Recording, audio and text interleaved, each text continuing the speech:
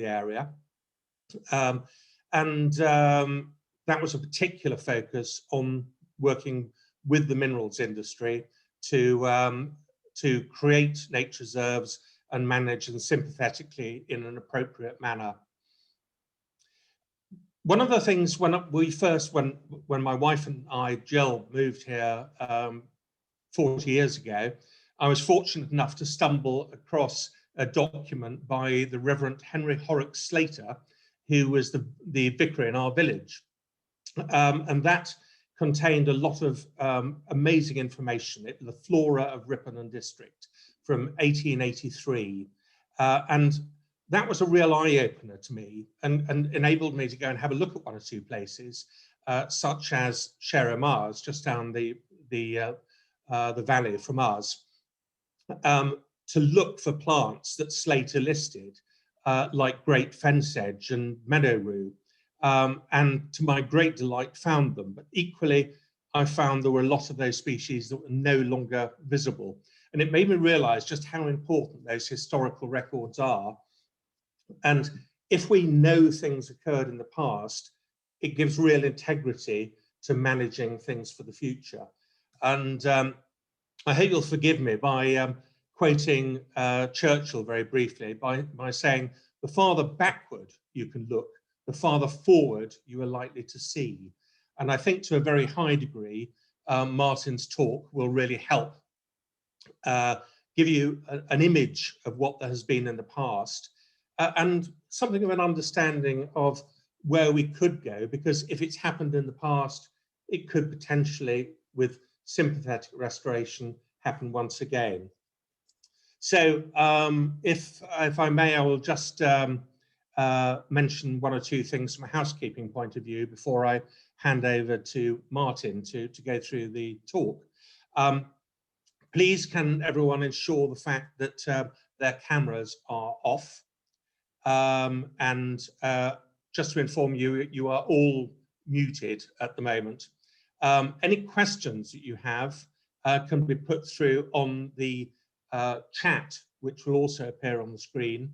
And those questions will be collated at the end by Claire at the data centre and Joe Swires.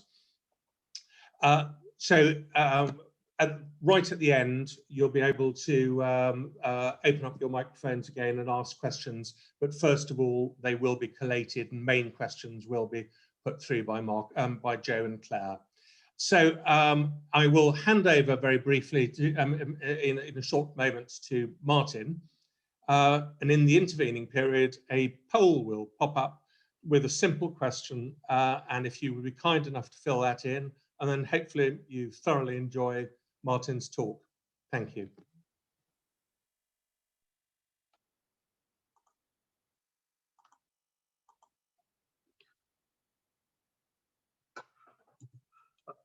Okay, so can you hear me?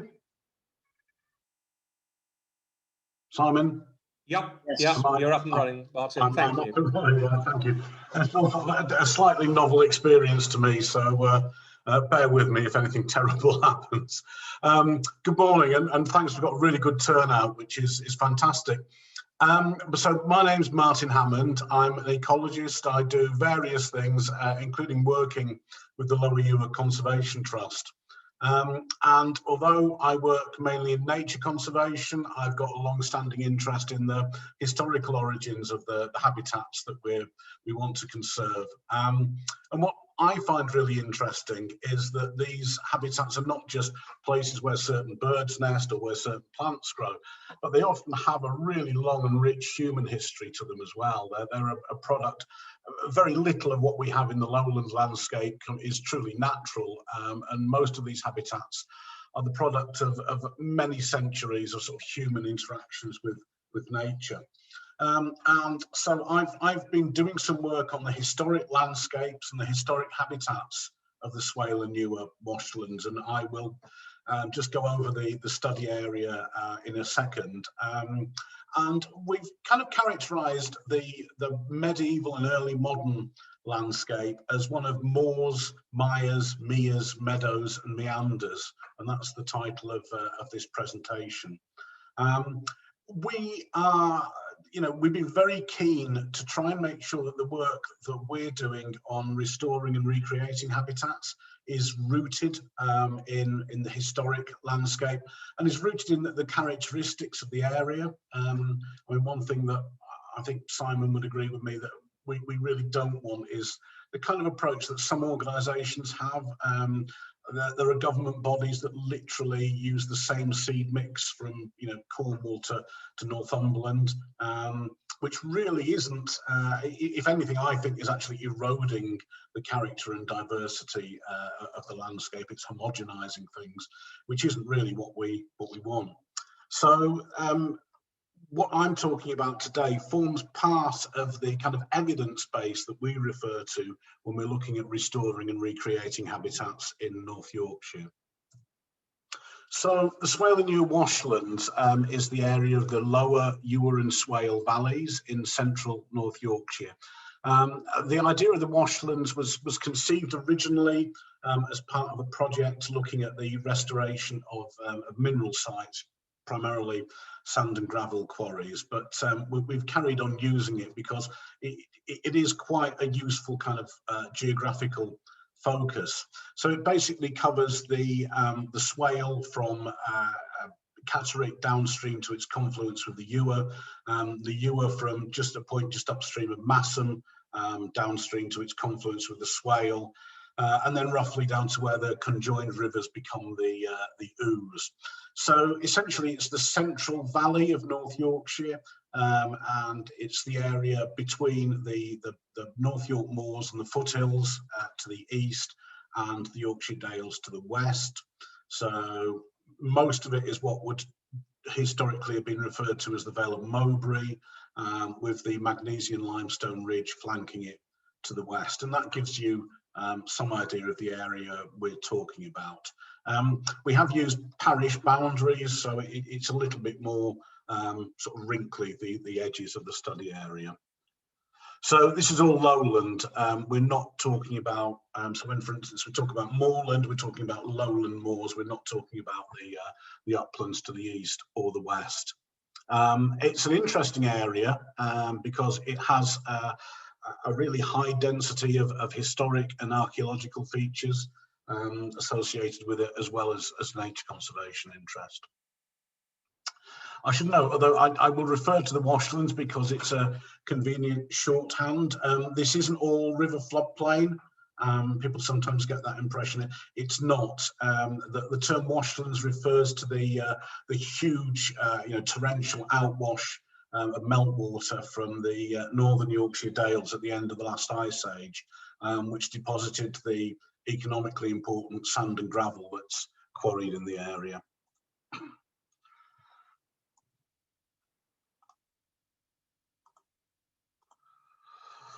So what's our evidence base? Well, landscape history, which we're going to be discussing today.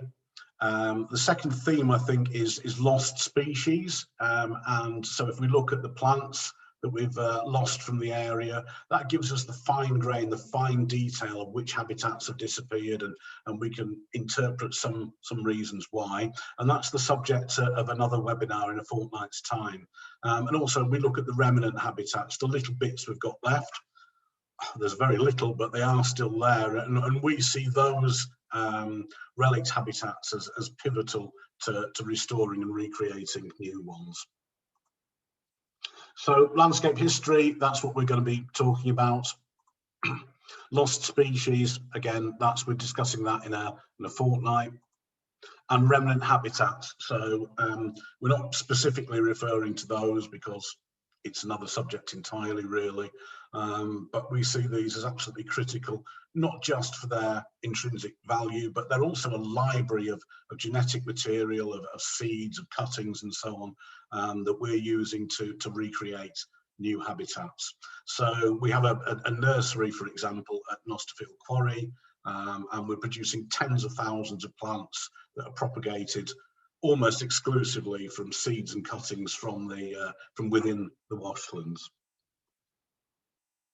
So to get on to the core subject of today's webinar, how do you research historic habitats we've got this landscape that I've characterised as moors, mires, meres, meadows and meanders.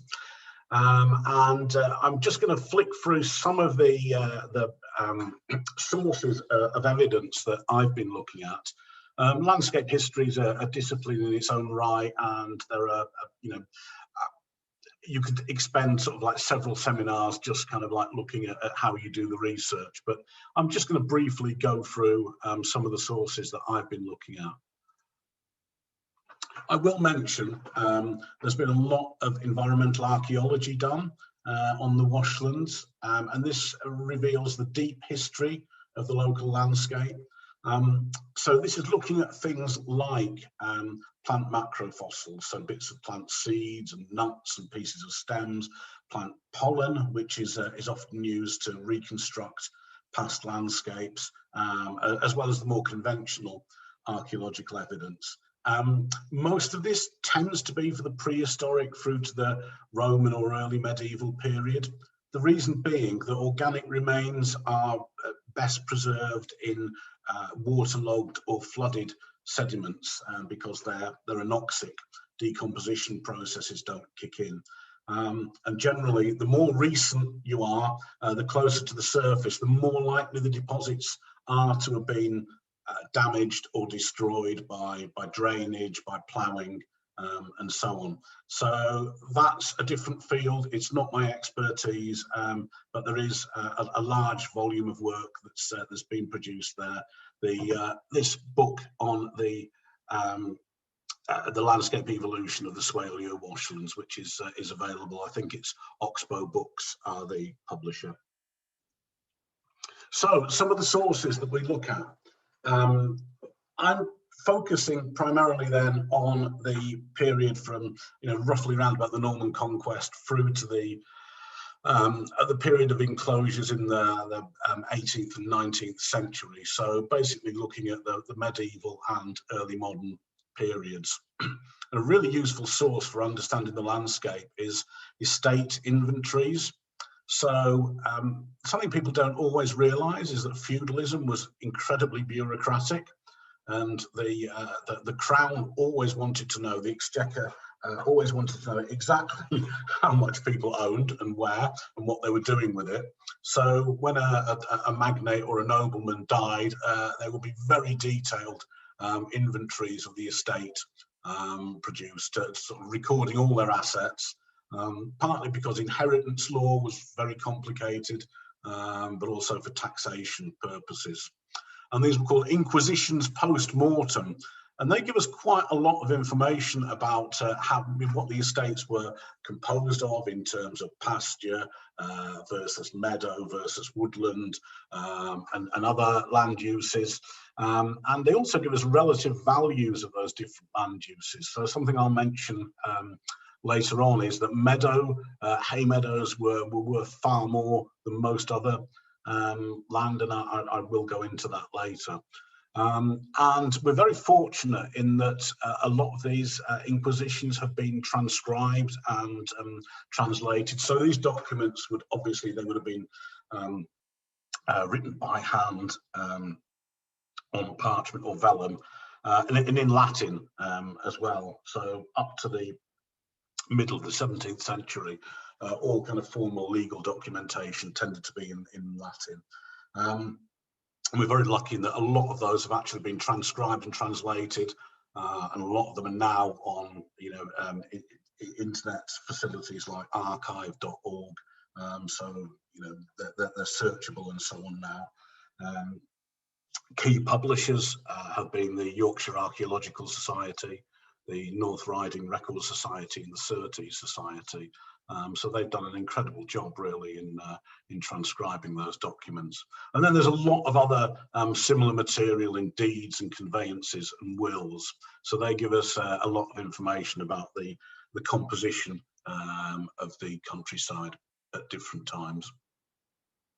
The monasteries also, of course, were major landowners. So in this area, Fountains was a very large landowner. They were also quite bureaucratic organisations, and they kept very detailed inventories of gifts, referred to as cartularies. And it was very important, of course, that your gifts to the monasteries were were well documented and well preserved because your mortal soul depended on it. So we get very detailed records of the assets of the monasteries and who donated them, and they were compiled and translated into English in an 18th century document called the Monasticon Iboricense.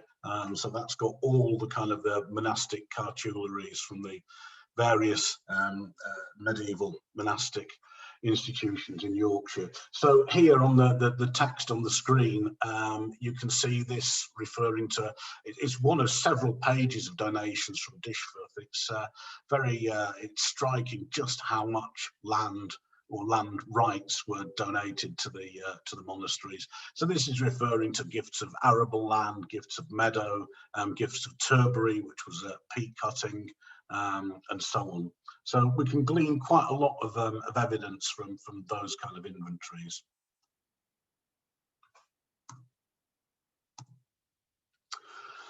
Manorial rolls are another really useful source. So in each manor, there were courts that essentially, they were partly to do with your fealty to the lord of the manor, but they were also quite robust institutions of self-government that looked after the public realm. So by that, common lands, which were a really important part of the landscape, but also wider things like the streets in the village, bridges, wells, that kind of thing were overseen by the manorial courts. And these were pretty robust bodies. I mean, ordinary people, or ordinary men, I should say, had much better representation in the manorial courts than they did in any other sphere of public life, really. You know, this obviously wasn't a democratic society, but you were obliged to kind of like turn up and attend the manorial courts.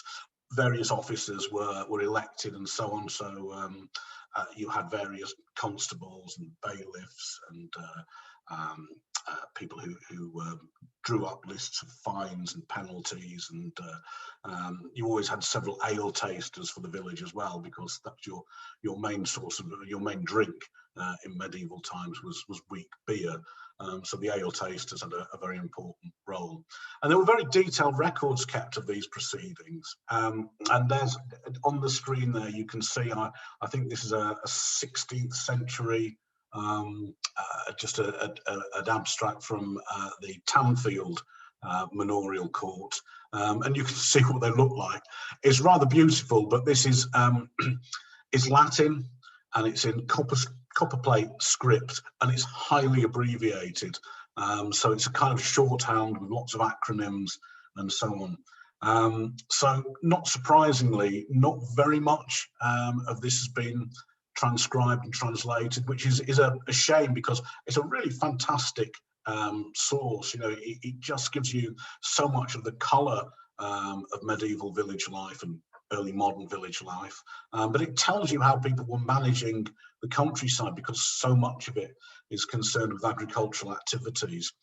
And there's a huge amount of manorial court records are preserved. I mean, if you went through, say, the County Records Office at Northallerton and go through their microfilm, I mean, there are thousands and thousands of pages of this material. There's an incredible amount. It tends to go back to the early 15th century, but some manors have like a more or less continuous record from then on. An incredible amount, but not very much, as I say, has been transcribed. There is a little bit of material that's been published for Aldborough, some for Snape and Well. There's a very good website with some extracts for Crakehall as well. But other than that, there isn't a huge amount of material that's available, you know, as an English translation. One really fascinating source is the Rip and Perambulation of 1481. So in the period before people had reliable properly surveyed maps, and they don't really start appearing till the early 17th century. Before that, if you wanted to record your territory, which was very important, you literally had to go and walk the boundary and write it all down. People would have this beating of the bounds or perambulations, and the liberty of Ripon was a large area administered by Ripon Minster, and it went right up into Nidderdale, so it was a really sort of like lengthy boundary. And periodically they would go and they would have it would be a big ceremonial procession with you know, various clerics and choristers and clerks and other people in attendance, and they would literally, over the course of several days, walk the entire boundary of the liberty of Ripon and record where it went. So there's a small extract there on the right, and we have translated this into English, but it really is incredible because, you know, they will talk about following a path alongside a wall beside such and such a wood, and then crossing this stream. And, you know, it mentions where the meadows are, it mentions where the common fields are, it refers to wetlands, it refers to peat cuttings. You have things like prominent standing stones, gypsum quarries are mentioned, landmark trees are quite an important feature in it.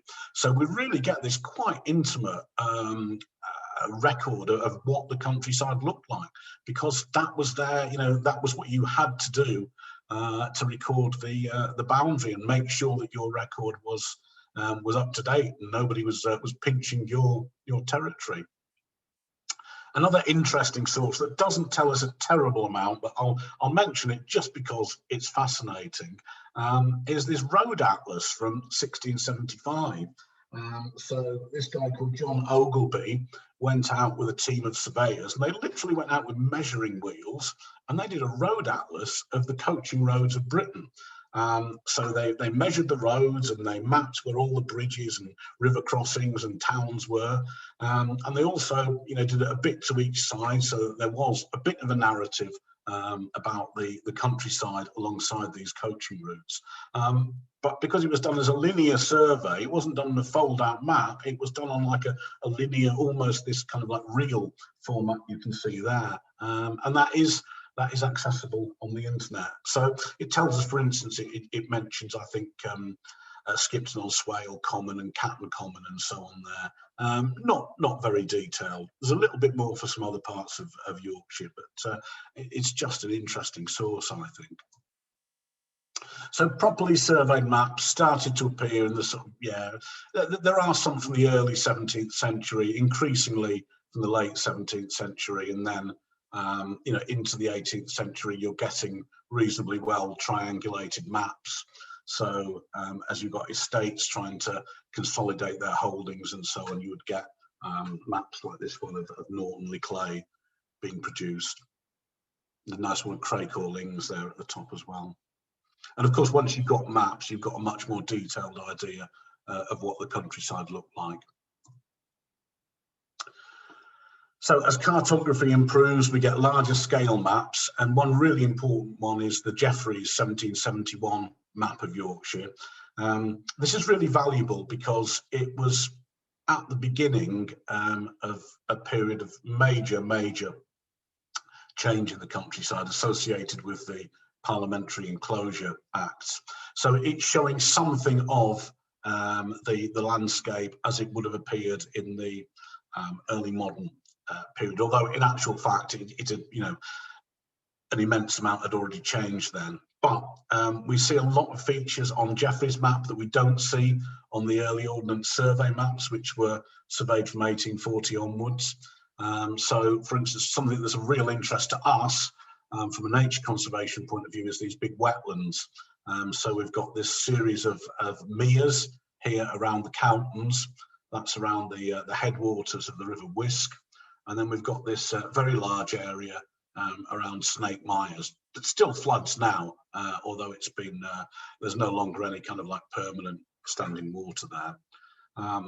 So, and there are also, if I've got, I'm just trying to adjust my pointer here to, we've also got some of the pre-enclosure commons are mapped fairly accurately.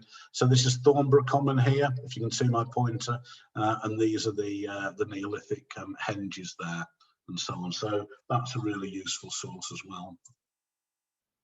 When we get onto the early Ordnance Survey maps, the countryside has already changed drastically by then. But there are, particularly the first edition, there are lots of kind of like traces of the earlier landscape. So the name Elmire, Mire, of course, is a wetland here, and we can see things like, it's a bit covered over here, but there's hopefully you can see the part of the common that's yet to be enclosed there, and we've got an ox close lane here. I'll mention ox closes later, but they were, as the name suggests, they were the village fields that the plough oxen were kept in. We've got the ings down here, which were the riverside hay meadows. So we can learn quite a lot from the early Ordnance Survey maps.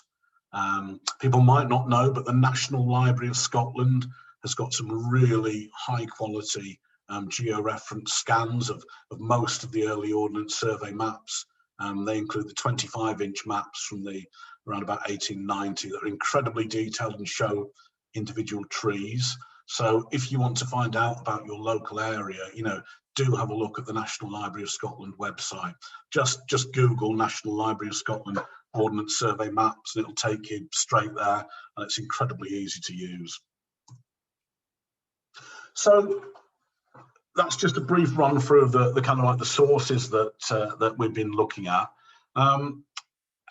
Now to sort of like look at what the medieval and early modern landscape looked at, you need to understand agricultural land use.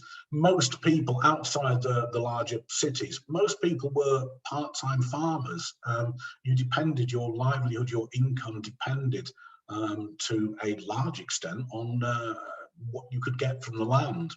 So each township had 3 assets that were used, that were managed in common. Just to explain that a little bit, there was always lots of private farmland. So there would have been some freehold farmers who owned and controlled their own land directly. Of course, the bigger estates, the monastic estates and so on, had their own land. The lord of the manor always had his kind of what was referred to as the demeanour, the home farm, in effect, that would have been farmed directly by him and his servants. But large parts of the countryside were managed they were common land. There are a few misconceptions about what that means. It wasn't communally owned, it still belonged to the lord of the manor, and essentially you were a tenant that had certain rights that you could exercise on that land, and it wasn't shared equally. There's often an assumption that this was some kind of egalitarian system. There are elements of that in some places, but really, you know, no. You know, some people have much more rights over that land than others, and often the rights to how many cattle you could put on the common and how many acres of hay you could cut from the meadow will link to the size of your tenancy. So immediately around the village, you would tend to have large arable fields. These were referred to as open fields, and they would be divided into numerous strips. So people would sometimes, you know, end up owning, or sorry, not owning, but having the right to farm 30 or 40 different strips scattered over the 3 or 4 fields of the township. And if you see ridge and furrow now, what that is it's the remnants of the cultivation of those medieval fields that's been preserved beneath grass after enclosure. Then you had meadows, often on river floodplains, and they were managed in quite a similar way to the arable fields. So in the arable fields, you would have individual households would grow their crops in strips, but it would have to be planned. You couldn't have a field full of different crops. So they would have a fixed rotation around the fields. And then the stubbles and the fallow fields would be open to common right grazing. The meadows was a rather similar system. Usually they were referred to as the ings, and they would be divided into numerous strips allocated to individual households. These are often called doles, so the expression of doling things out comes from there. But after the hay was harvested, they would become open to common right grazing. And then you had often the largest areas in the village. Sorry, I should be pointing these out. The brown here, this is Crakehall, by the way. The brown here is the open arable fields. The green over here is the meadow land by the Ings, and then the blue is the grazing commons, the moors. So, as I mentioned earlier, moor, don't think of necessarily upland, heather moorland. A moor just means an area of common grazing, although they did provide other resources that I will mention later. And then scattered around the commons, you would often have these wetland areas referred to as cars or mires. So they're the dark blue ones here. In this case, they were quite small. In other settlements, you had considerably larger areas of wetland or fen. So, I mean, if you look on this map, you know, you can see there are lots and lots of references to the medieval landscape here. So you've got Hollow Moor and a Hollow Moor cottage there. You've got Sneggery Carr there, the Carr there. This is what all these things are referring to. So this is just the common land that belonged to Crakehall. Crakehall also shared this very large common here with several other villages. So this was no man's moor that was shared, I think, between 3 or 4 manors there over to the west. I think it's still called No Man's Moor Lane that runs through there. So to focus on the moors for a little bit, each township had one or more moors. There would be at least one common, and they would often join on to the moors of other villages, so that you'd have these quite large tracts of land. Very often a manor would contain 2 or 3 moors. So Rowcliffe near Boroughbridge had a moor, a common and a horse pasture. Martin Moor had a high common and a low moor. Thirsk had 2 large moors, the West Moor and the East Moor. Staveley, you know, even a relatively small manor, had several different moors. Old Walk had a Haddocks Moor, Hall Moor, an Old Walk Moor, as well as a town pasture. So these were primarily grazing lands over which villagers could graze their stock. Usually, not universally, grazing rights were regulated. So we call this stinting, and you have a certain number of beast gates, or just referred to as gates, which was essentially your right to graze a certain number of livestock. And I know there's a couple of farmers in the audience would be familiar with the concept of a livestock unit. So your beast gate was basically the medieval version of a livestock unit. It probably wasn't a standard measure. It probably varied according to local custom and practice. So at Crakehall in 1813, for example, one beast gate was a single cow or horse, or 4 ewes with lambs, or 5 geld sheep. Like I say, that probably varied. There is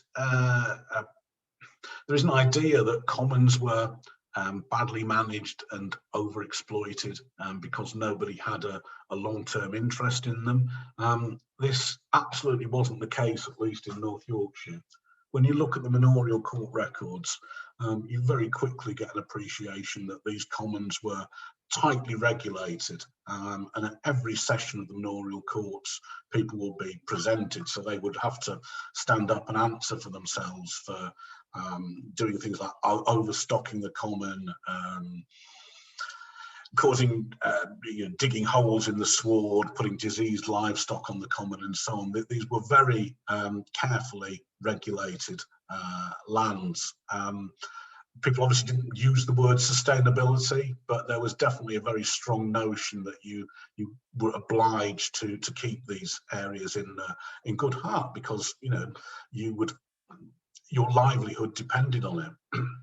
As well as the moors, the larger areas of moor or common, you would often have a number of additional areas, often closer to the village, for specific purposes. So very often you'll find the name Oxmoor on old maps, so that would be the moor or common where the plough oxen would be kept. You get the impression these were probably particularly well managed, more productive grasslands. There could be a horse pasture if horses were grazed separately, a bull close for the village bull, You know, certain people had obligations to provide a breeding animal for the village, and that would be kept in the bull close. As well as grazing, commons provided a number of other resources.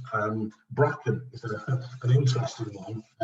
We also sort of think of bracken as an invasive weed, but in medieval times it was quite a valuable commodity. Partly it was harvested for cattle bedding, and then what you would do is, you know, when that was soiled, you would use that as fertilizer to spread on the arable fields. But I think it was also burnt to make a kind of like potash fertilizer. So, for instance, you know, people would actually have disputes over the bracken.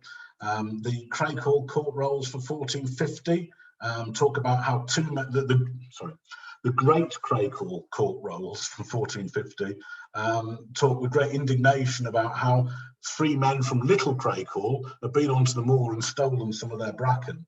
They had cut ferns on the moor of this manor without permission.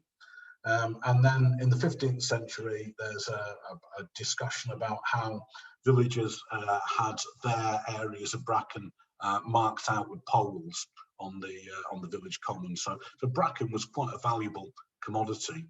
Gorse even more so, and you know, when you go into the records, you know, gorse could be like a really contentious issue. People would accuse each other of stealing their gorse or taking too much of it. So you would have people be indicted by the village courts for taking 2 cartloads of gorse rather than 1.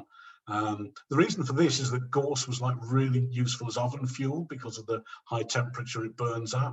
So again, an important and well-managed resource. And occasionally with the wetland commons, withies, so willow stems would also be harvested.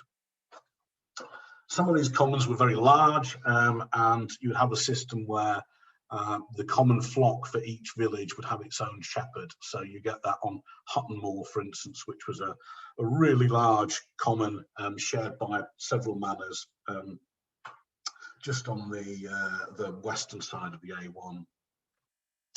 So what was the habitat like on these commons? This is obviously something that we're interested in from a wildlife conservation point of view. Well, it was probably very varied. There would have been some commons that were heathland, that were dominated by heather or the kind of grasses and herbs that grow on acidic soils. So Hutton Moor was probably like that.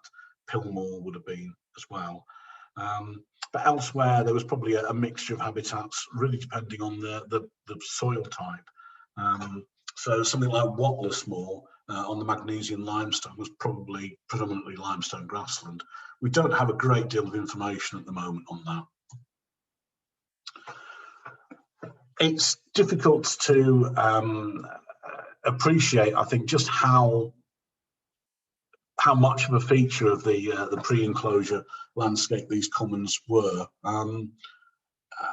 But some of them were very large. I mean, here on the screen that shows Hutton Moor. In actual fact, there was it did extend on the east side of the A1 as well, going over to Rainton. So this was a big area, about 550 hectares, and that was shared by Hutton Conyers, Martinley Moor, Melmerby, and Rainton. You had another common to just at the edge of our area, but essentially going from Easingwold, wrapping around Raskelf, and then going up to Sesse. There is a little bit of that left at Pilmore, but that was again, you know, a huge common extending over hundreds of hectares. If you look at somewhere like Ripon, it had about give me a second. So Ripon had numerous commons. It had large high and low commons. It had Ketley Moor, Quarry Moor, Bondgate Green, Borage Green in the Ellers, Skelcrooks, Fisher Green, Little Green, Northbridge Green. So lots and lots of parcels of common grazing land there. So this was quite an important land use. Just one of the little snippets we have about what the commons looked like and the habitats there might have been. This guy, Robert Hurd, was a shoemaker from Bedale who wrote, it's quite phenomenal if you don't know it. It's this massive, I think, is it 3,000 quatrain epic poem about Bedale, which is quite incredible. He was around in Georgian times, and a lot of it's recollection from his days as a schoolboy. And it's honestly really not very good poetry, but it is quite a useful source just for some of the anecdotes and snippets about the local countryside. So I'll let you read that yourselves, but this was him talking about how they would go bird nesting. This would be looking back to the 1780s on Askew Moor. So there were plovers and linnets, chats and snipes, and it was obviously an area with whins, which are gorse and rushes and sedges and so on. So you get a little bit of a picture of the landscape there. Now, for the best part of 1,000 years, this system of commons served people well and kept the population fed. There were lots of efforts to nibble away at the commons.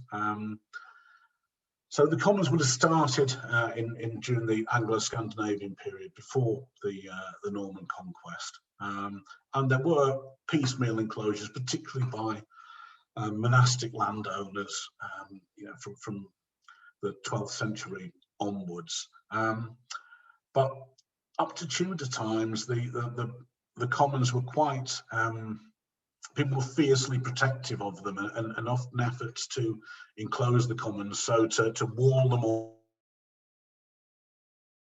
fence areas off and bring them into private only resisted. So if you look at court records from the 17th century, for example, you'll see lots of instances of villagers pulling up newly planted hedges, breaking down fences, breaking down stone walls and so on, where landowners were attempting to divide up the commons and bring them into private ownership.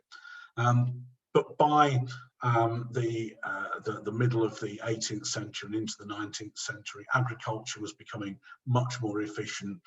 New methods, new technologies were being introduced that really made these commons an impediment. That they became increasingly inefficient. A decreasing proportion of the population were dependent on agriculture for their livelihood, and so you had this process of what was called Parliamentary Enclosure, because it was carried out through Acts of Parliament. However, there was a lot of enclosure earlier to that, particularly during the Tudor period, as well as villagers not being happy about this. The monarchs weren't. All the Tudor monarchs tried to introduce legislation to slow down and obstruct enclosure, because they didn't want to see the countryside depopulated.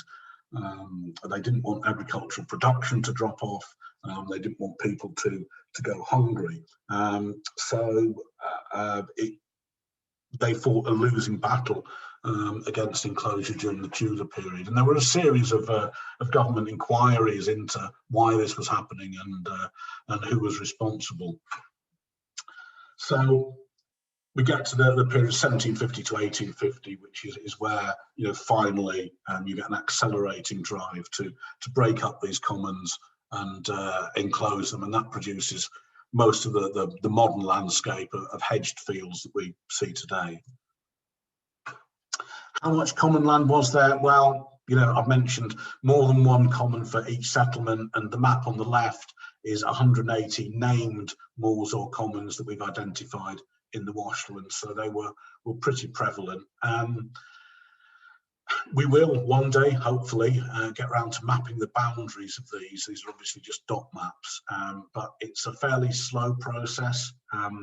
Even where enclosure maps exist, and they haven't survived for everywhere, they're not always terribly well surveyed. Some of them are absolutely immaculate, others less so. And then you have all the enclosures that took place prior to the parliamentary legislative era, and it's not very often that we have detailed maps for those. So during the parliamentary period, so 1750 to 1850, we've got nearly 5,000 hectares of common and ings were enclosed within the lower Ure and Swale valleys. So that gives you some idea of the scale of those land uses. So we dealt with moors, and now on to Mires. Mire is a very commonplace name in the lower Ure and Swale valleys, sometimes spelled M-I-R-E, sometimes spelled M-Y-R-E.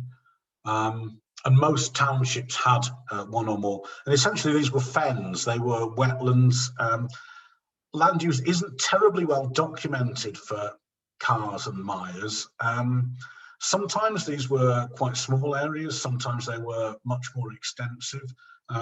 Quite often they were, if you like, low-lying areas that couldn't be drained until you had pump drainage. If you had a low-lying basin where water collected, there was very little you could do about that. And in the kind of like glacial till landscape of the Vale of Mowbray, you have got that undulating landform where you often have sort of like dips in ground level where water would collect. So these would be the Carrs. And very often these seem to have been managed as you know, rough grazing land. Occasionally hay would be cut from them, but in a lot of cases we don't know very much about how they were used.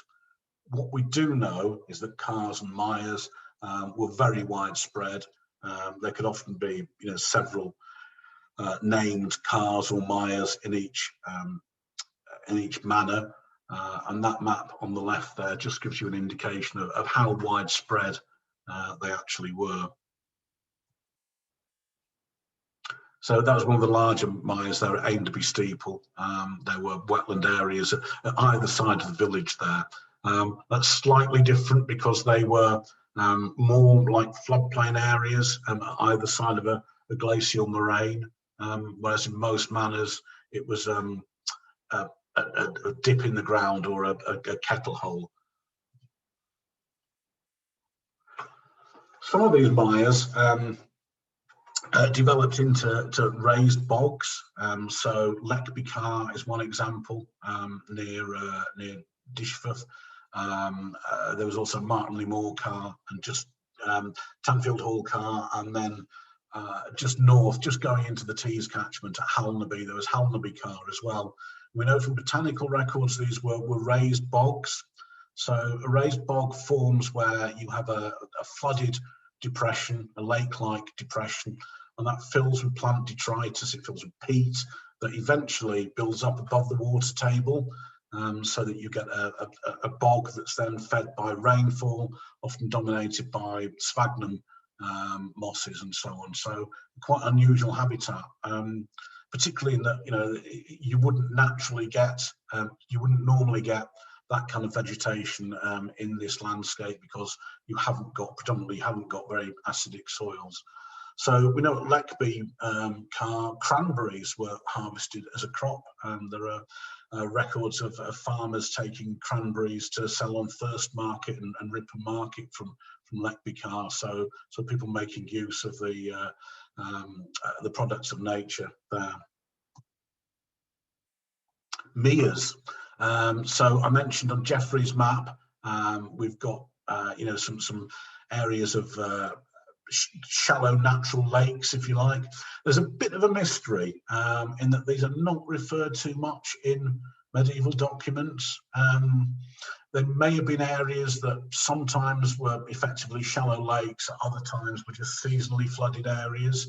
But certainly Jeffries was showing in the you know, late 18th century quite a large area, around 200 hectares there of flooded land at Snape Mires.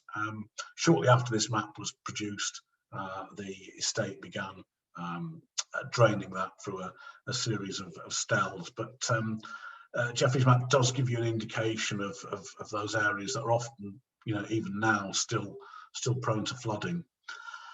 Not very much documentation of land use, as far as we know, but then, you know, we haven't gone through all the manorial records. We've only scratched the surface of manorial records. This must have been exploited somehow. You know, it would have been used for hunting wildfowl, for cutting reeds and sedges. The leech house at Bedale is a you know, remarkable feature because it shows there must have been large numbers of medicinal leeches still available in the local countryside in the Georgian period, and presumably this would have been from remnants of snake mires, would have been one of the sources for medicinal leeches. Meadows.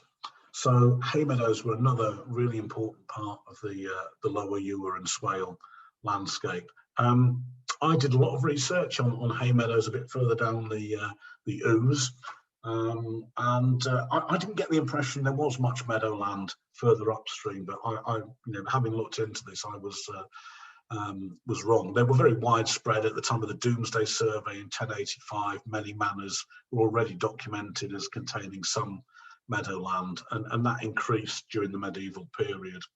And these were often the most valuable land in the manor. And the reason for that is perhaps difficult to appreciate now, but I mean, hay was literally it was like the diesel fuel of the rural economy. All your stabled horses, needed to be fed on hay. You could feed oats, you could feed straw and so on, but the bulk of the nutrition had to come from hay. All your overwintered breeding stock, all your plough oxen and so on, all had to be kept on hay. There were lots of other uses, so hay had to be grown to keep deer in deer parks over the winter. Didn't really apply up here, but you have records of when the king would go on a military expedition, he would literally, demand 3 shiploads of hay, because you had to take that with you to feed your horses. So it was really, really essential part of the medieval and early modern economy, and it only becomes less so once grass lays and so on become part of the agricultural rotation in the late 17th century. Now, harvesting hay takes a lot of nutrients out of the ground because the nutrients that have been taken up by the crop are removed from the site. So where you put your hay meadows is on the land where the fertility is naturally self-replenishing, which is in the river floodplains. So most hay would be produced on riverside ings. It's an ings or hengs is an Old Norse word. And because it was such an essential resource, everyone needed some hay to keep their animals. So you would have a system where the ings were divided up into numerous narrow lots or doles, and this is a really good illustration of the system. Still in the mid-19th century there at Ellenthorpe, which is just at the junction of the Ure and Swale, opposite Myton. So this is where the White battle with the Scots took place. But that's a really good illustration of how the meadow was divided up into numerous strips from which individual tenants would take their hay. On some of these meadows, the strips were dispersed. So you might own a dozen strips, but they would be dispersed across the meadow so that no one individual monopolised the best hay. After the hay was taken and there would be a specified date, the manorial court would agree a date by which the hay had to be off, and you could be fined if it wasn't. The meadows would then become common grazing into the winter months until they flooded. And there's a reference here. This is a transcript of from Thornton-on-Swale from 1318. I largely put this in because the idea of a feudal landlord being called John de Evil is just fantastic. And this is one of his grants of 6 acres of meadow to one of his tenants, and the payment was a root of ginger at Christmas. So essentially that's a peppercorn rent. Although most of the hay meadows were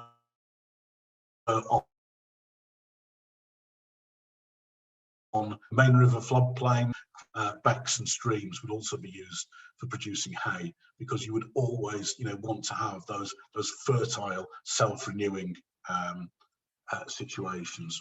Because of the importance of hay, on average, hay meadows were worth 4 times as much per acre as arable land.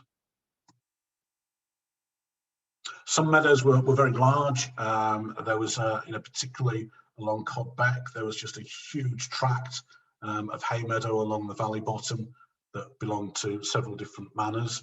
And in total, we've got about 100 sites, 100 knownings on the Washlands. We estimate from that there would be slightly over 1,000 hectares, but that's just from the ings where we've got a reasonably good idea of the boundary.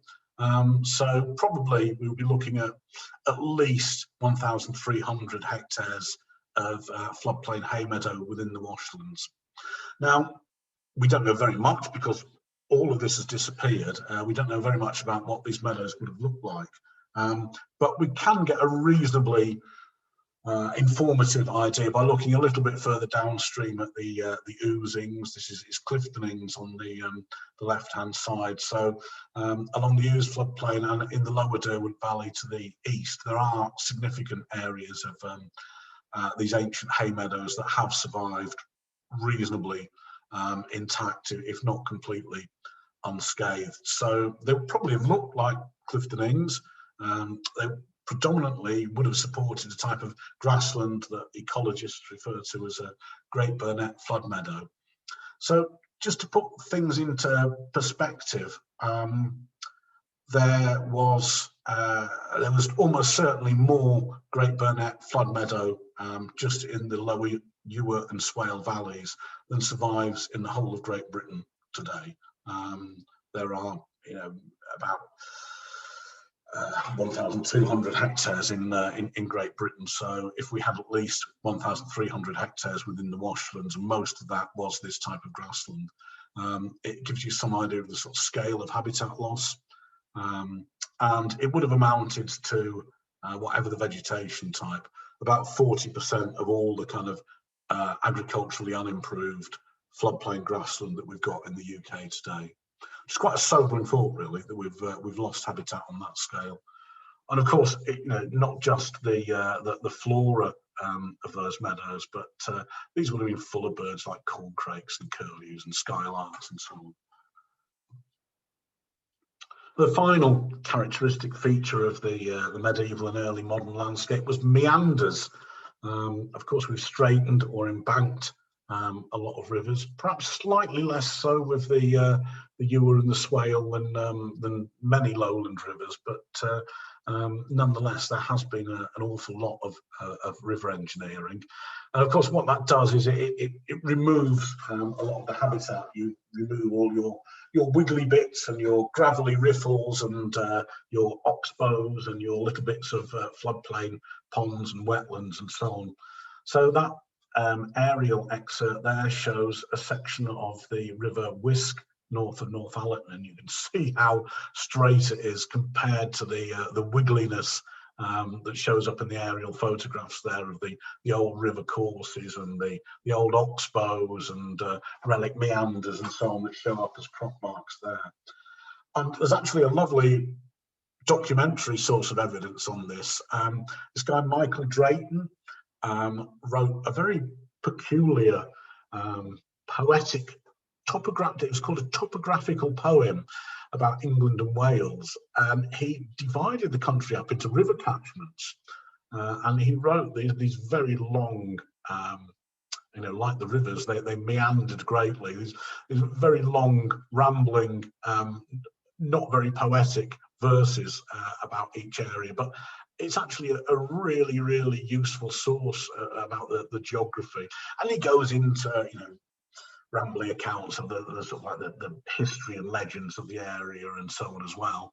But he describes this is an excerpt here on the right, and it's from the second volume of this poem, which is called the Polyolbion, and this was published in 1612. I think the first volume was about 1590, so this is going back some time. But this is an excerpt from his description of the Swale catchment, and he's talking about the River Wisk, and he talks about her labyrinth-like turns and mad meandered trace, which I think is a lovely, you can see that, can't you? That's what you're looking at in the aerial photograph, labyrinth-like turns. And this is what, all rivers and streams would have looked like before the era of large-scale land drainage and river engineering. And that polyolbion is a lovely source. If you ever want quotable stuff about your local river, look that up, because it's all, it's all really fascinating stuff. So thank you. I think that's where I've got to, with just giving you an overview of the medieval and early modern landscape of the area. And I think we go to questions now.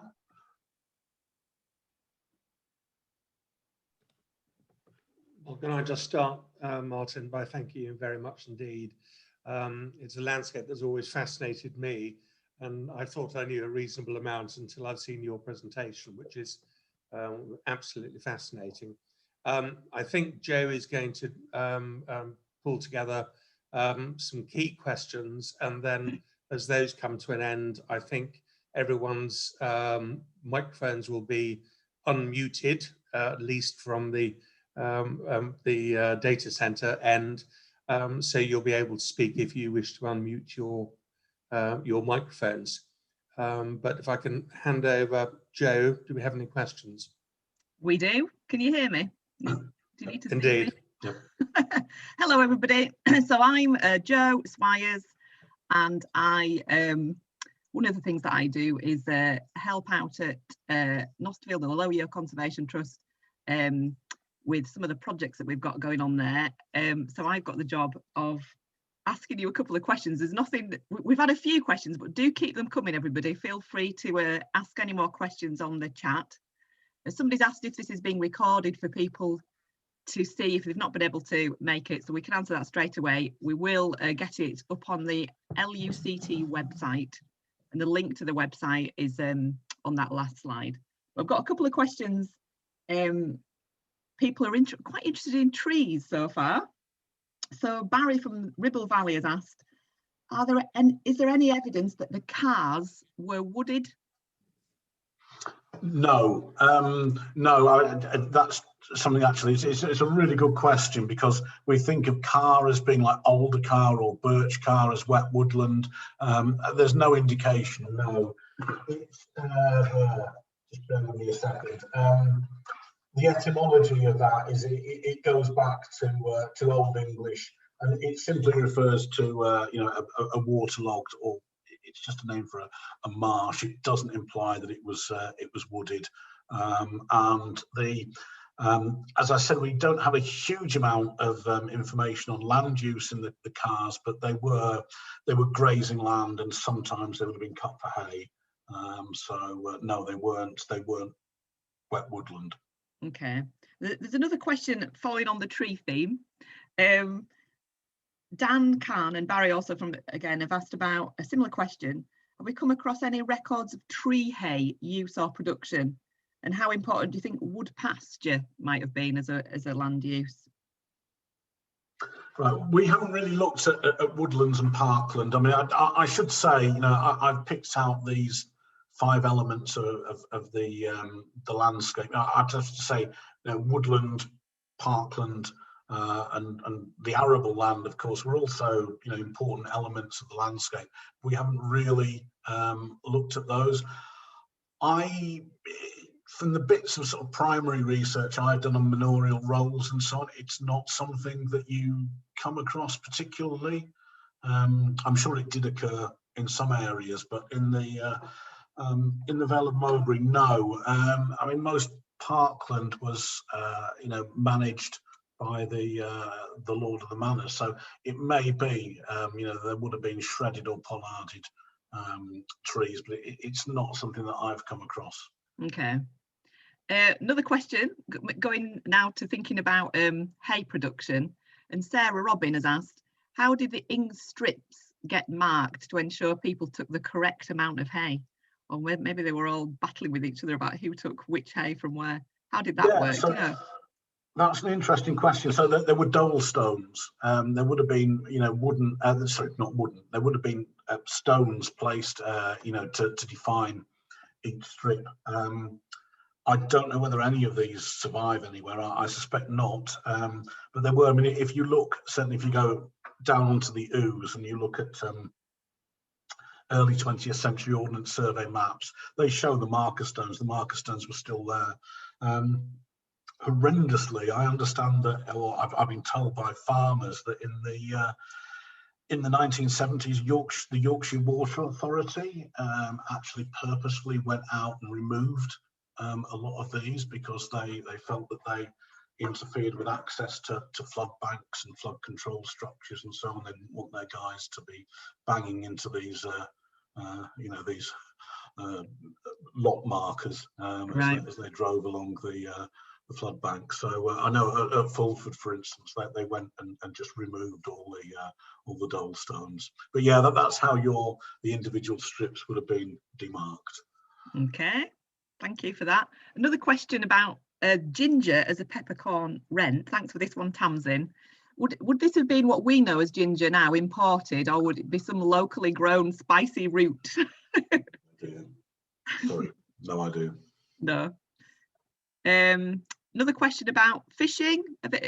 As you've sort of been going through your records, have you come across anything in terms of sort of rights and fishing from the rivers, or how that might have fitted in? Yeah, so there are records. It's not something I've collated, but there is information out there. So, for instance, there's lots of references to salmon on the Swale, but it will be a project in itself. Collating information on that. Fishing tended to be quite highly regulated because the fishing rights, tended to belong to somebody. The monasteries used to get in trouble quite a lot for obstructing rivers with fish traps and things like that. There is a lot of documentation out there, but it's not something that I've. Only so many hours in the day. Yeah. A nice question here from Ewan Wakefield. Thanks, Ewan. He's asking, is there any evidence of beavers and their effects on the flora of the area? And wondering about any thoughts on the effects of future reintroductions of these and other fauna. Well, it's a lovely question. We're putting you on the spot, sorry. Yeah, I mean, you're on mastermind.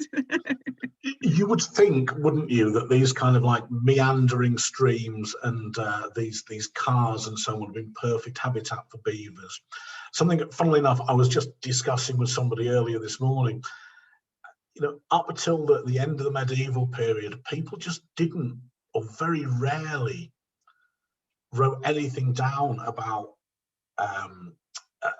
anything that wasn't a domesticated animal or a crop that was harvested and so on. So there is remarkably little in these documents about the birds that were in the countryside. Right. Even game birds and things are quite rarely mentioned. So it's a bit of a mystery. There isn't a lot of documentation of that.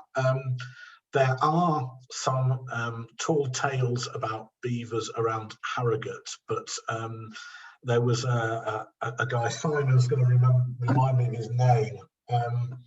There's a guy who wrote a lot of sort of almost pulp guidebooks to Yorkshire. Edmund Bogg, wasn't it? In the late Victorian period. He comes up with some stories about folk memories of beavers in the Harrogate area and so on. But to be honest, he just used to make stuff up. He just used to make up colourful stories about local folklore and so on. So I don't think it's terribly reliable. I have seen them quoted as evidence of beaver activity, but I wouldn't be that confident about it. Right, thanks. Another question, we're sticking on the river theme. Catherine asks, when would the river engineering, such as that seen from the aerial view of the Wisk, have you got any ideas when that would have taken place? Not specifically in that instance. There were areas, I mean, I know there's been some wonderful landscape history studies done on the Humberhead levels in South Yorkshire, and there's quite a lot of evidence that the Romans were carrying out incredible acts of civil engineering, effectively digging canals and so on then, and we tend to hear quite a lot in the Vale of Pickering, for instance, about drainage engineering during the medieval period being carried out by the monasteries, because by definition, you've got to have resources to carry out these kind of operations by hand or with the limited equipment that was available. My guess is it really kind of like started in the late 18th century in this area. I know there are maps laying out the drainage system for Snake Mires that date from the 1780s. Sorry, I can't be much more specific. No, it's fine. Thanks for that. On the carrying on a little bit on that theme around water, Isabel's asking about glacial history. If there was any obvious link between historic land use and glacial history, things like glacial outwash or drumlins or glacial till. Yeah, definitely. I mean, the cars would be predominantly the cars and the Mires, the wetlands, were very much sort of like relics of the late glacial landscape. And you know, today some of these relict habitats are in kettle holes, for instance, which is where, you know, pieces of glacier embedded themselves in the ground and created a hollow. So they form very persistent natural ponds. I suspect quite a lot of the cars, particularly as you go to the northwest into Lower Wensleydale, they would actually have been you know, glacial features. And there's a great deal of work has been done on the University of Durham work on the environmental archaeology goes into a lot of detail about I think they called it at one stage, they called it Yorkshire's Lake District, referring to the. All right. Yeah. I mean, it's quite, in terms of the Mires, it's quite similar topography to Holderness in East Yorkshire, in that you've got this uneven cover of glacial till, of boulder clay, with, you know, depressions in it where lakes would tend to form. So, you know, Holderness had a whole series of Mires scattered across the plain there, and you know, the same obviously applied to the northern Vale of Mowbray as well. Yeah. We've got another question from the Morgans about the management of floodwater on the hay meadows and whether it would have been regulated at all with sluices or anything like that. I don't know about the physical structures, but one of the, if not the most common offence, if you like, that was presented to manorial courts was not doing your bit to keep up with the drainage. So obviously all this was done by hand, but there was a particular emphasis in keeping up the ditch systems in floodplain hay meadows, because on the one hand you needed the annual flooding to replenish the fertility of those meadows, but on the other hand, you know, you didn't want them wet at the surface during spring and summer. If those meadows are inundated for too long during the growing season, your tall lush hay tends to get, you know, replaced by low growing swamp grasses. So it's really, really important that you keep them well drained during the summer months. So there were obligations for everyone to you know, to assist with clearing out the ditches on the ings and so on. Yeah. And if you didn't, you were fined for it. Not in Ginger. Not in Ginger. No. There were quite stiff penalties sometimes for not maintaining ditches. Okay. Got another question from Dan. Simon, you might be able to help with this as well. Have you come across any local landowners interested in restoring any Mires, moors or meadows? I hope this will sort of lead further discussions with other adjoining landowners. I think that there is a real change taking place. There is very much more interest in historic landscapes, a recognition of the fact that wet grassland, old hay meadows and so on have a very key role to play in carbon sequestration and dealing with the issues of climate change. Yes is the simple answer. There are a few people. I'm sort of conscious, particularly through Nick Morgan, that around Ainderby and so on, there is quite a lot of interest in that line. I think in many ways it's very difficult for landowners to visualize what the landscape was like, and many of them have spent generations potentially trying to drain land. So in a way, the sort of research that Martin has done here might help them to better understand the landscape that is, if you like, natural to the area. So hopefully that will result in a lot more interest in coming years. Thank you. I've got a question of my own now, which is about leeches. I get a little bit concerned, especially living in Snape. Is that a thing that would you ever find them again? Would they appear again if? I wish. No, I mean, would you reintroduce them? As far as we know, there are no medicinal leeches left in Yorkshire. The last records were in the 1940s from Strensall Common, and then sometime before that, a site near Whitby. So I don't think, unfortunately, because they're amazing creatures. But no, you won't stumble across them in Snape, I'm afraid. Okay. I think I'm all right with that. I mean, there are the true medicinal leeches are, they're really struggling as a species, and that they seem to be in quite serious decline, even in places like the Lake District towns where there are still populations. Yeah. Okay. I think I've got another question on the chat, and then it's probably nearly getting time to round things up. From Leslie Black, thanks Leslie, was a question about how was it possible, thinking back to the moors and the commons, how was it possible to identify ownership of animals on common land? How did people sort of work out whose was what in terms of grazing animals? I think that's relating to. Yeah, I'm not sure. I guess you would know your own livestock. On the certainly on the ings, there was sometimes a practice of painting a mark, so they wouldn't be branded. There must have been some kind of like durable paint that would have been available to mark each individual owner's livestock. Yeah, that could have been. Yeah, we've got no more messages in the chat, and it is what time are we on? Nearly 12:20. So do we want to hand back over to you, Simon? Yeah, okay. I don't know whether anybody would like to come online and ask any additional questions. But in the meantime, I would say a massive thank you to Joe for drawing together all of those different comments. I think it's been absolutely fascinating, and I hope you agree that really being able to understand the past does give us a hint of what we might be able to do again in the future. Perhaps not exactly recreating, but you can never do that, but to capture something of that history in the past.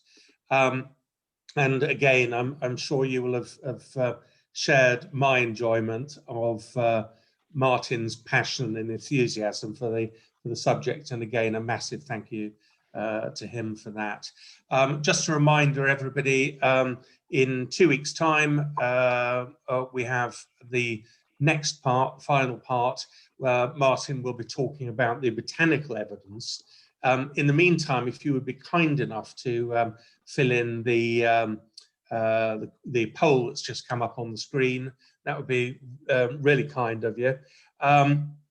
And to say that in the future, please keep in touch with us at LUCT.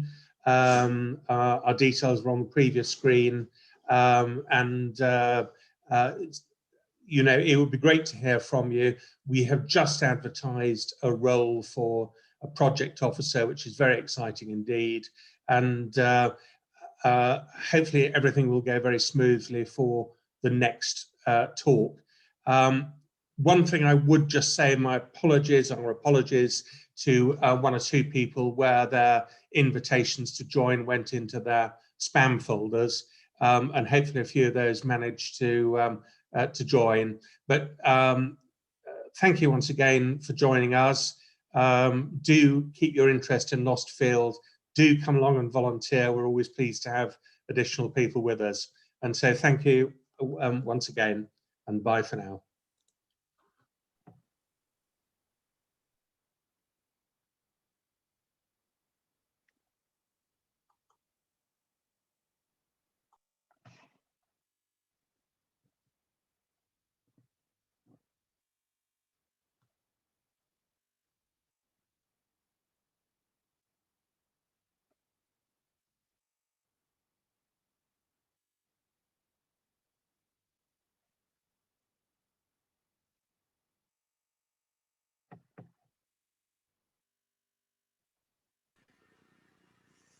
Hello, thank you very much.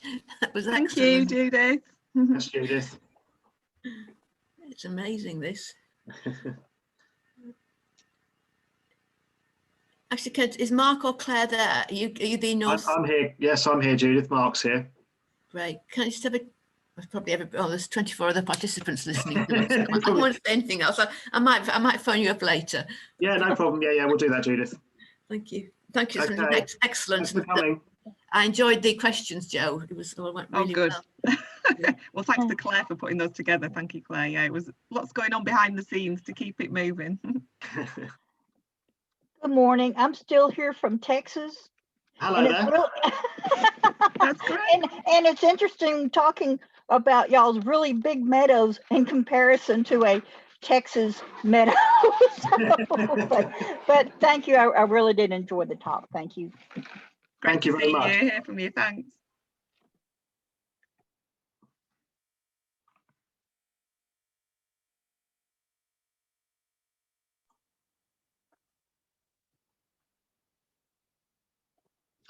Do I need to do anything to wrap this up? No, I can end it now if everyone's happy to finish and sign off. Yeah. Okay, thank you once That's again, fine, Mark, yeah. for all your Thank help. you ever so much, Mark. Yes, thank you, Mark. Yeah. No Bye, problem. everyone. Yeah, thanks, everyone. Thanks, Martin, and see you soon. Yep. Cheers. Cheerio. Cheers, Bye-bye. everyone. Bye.